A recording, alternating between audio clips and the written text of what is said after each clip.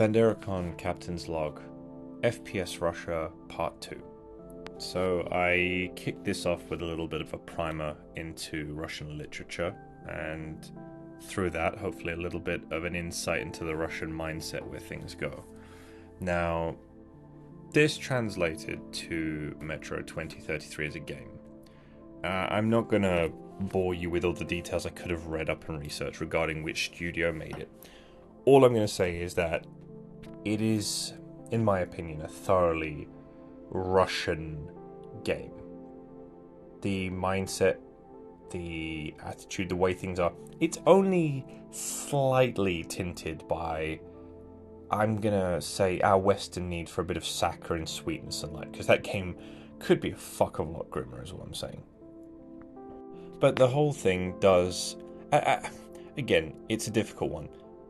To give you a bit of mental sort of context, think of an FPS. Think of the sewer level in that FPS. Kind of sucks. Generally, the worst part of any game is the aforementioned sewer level. Ask Civ11 about it. He'll tell you as much as you want to know. Now, imagine, for the most part, having to build an entire game from a book in a subway. And, I mean, if you want to be uncharitable, that's basically one long sewer level. So how do you make it good? First and foremost, Metro 2033 absolutely nails the atmosphere as far as I'm concerned. I played it easily 15 years ago on Xbox 360, and just making this video makes me want to play it again, if I'm perfectly honest. And the only reason I don't is something I'll get to in a minute.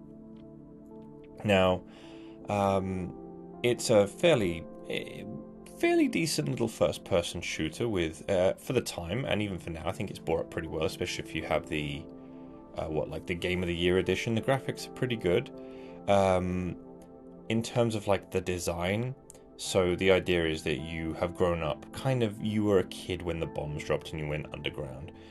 Most of everything that you're using has been recycled, or otherwise bodged or hot-wired or jerry-rigged. So a lot of the guns you start off with are pipe rifles, effectively, jerry-rigged submachine guns.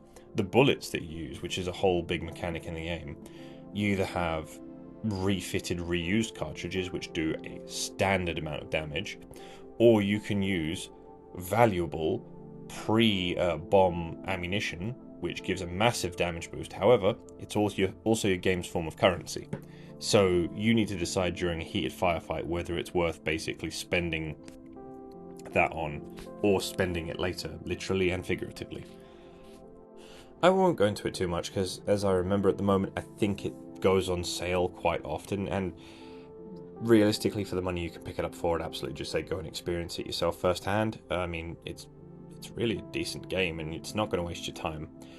I haven't checked back. I can't remember if the soundtrack was any good or not, but I'm going to say from the fact that it didn't scar its way into my mind or otherwise stay as part of my, because I do tend to just download things that I enjoy, I can't say that it really wowed me.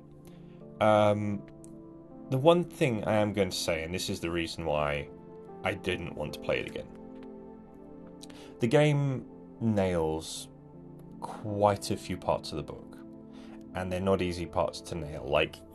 There is a point where the main character, Artyom, meets up with a bloke, if I remember, by the name of Rasputin, and the book turns into kind of almost a ghost story where they're wandering through the tunnels, and again, it's difficult to explain and I haven't read it recently, but more or less they end up kind of seeing into the truth of the universe, and I think they see the ghosts of the dead people in the Metro past.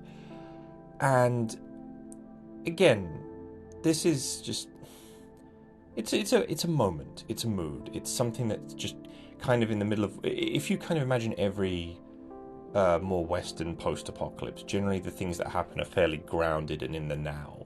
It's I'm trying to think of a good one. I've only read part of it, but the book Wool, which is a sort of a post-apocalypse bunker whodunit, where you've got this nuclear survival bunker, which is literally multi-layered. You've got entire cultures that sprung up. It's like a vault from Fallout, but bigger, with literally hundreds of people. And somebody gets killed, and the main character has to figure out how it happened, even though, it's more of a howdunit, a la Columbo. it's still focusing on something that's in front of you. It is something that is real. It's a situation that is happening. Now, Metro, during the book, yes, the Dark Ones are coming. They are destroying cities, stations, also we think, and shit's going wrong. But also the book just kind of stops, and very naturally, no forcedness, no jank, no real disruption to the plot, stops to tell this rather beautiful and haunting ghost story.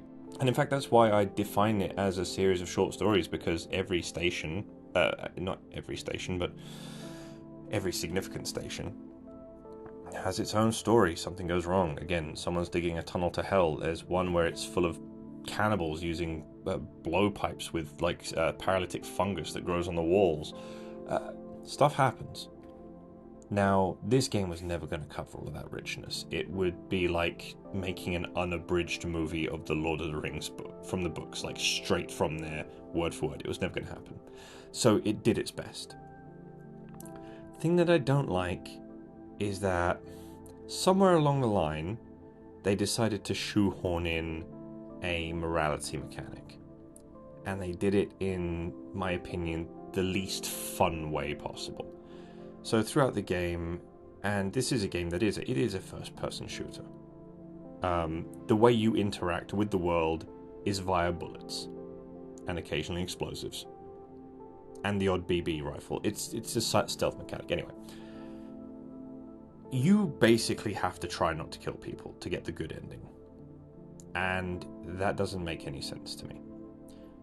The game and the book are perfectly happy being grey on grey on grey. There was no need to toss that thing in. But it did, and I don't know. It's just, I don't really want to play the game again to get a slap in the face. And I say that as somebody, and I know you say just ignore it. The book already has the worst ending, because it does. I like playing morally positive characters, and it kind of disrupts the way I can interact with the game. But shit, I may well play it anyway, because I'm getting super mad nostalgic for it right now, but it just kind of, I don't know, it didn't need to happen. And I think that's probably, in my opinion, where somebody somewhere along the line said, listen, we aren't going to have a market for this in the UK and Europe and America if we don't put this in. So we have to make some concessions here, and if that's the case, it's sad, but it isn't the first time a game has had some of the polish knocked off of it by trying to sell to foreign markets. Anyway, I'm not going to go into too much more because I've still got the next game to cover, and I mean, kind of more of the same, less to say. Anyway, call for action is wait till Metro 20, favorite it on Steam, wait until it comes out cheap, and go buy it, go experience it yourself. I'm fairly sure you can get it for the equivalent of $8 or £5. Anyway, bye.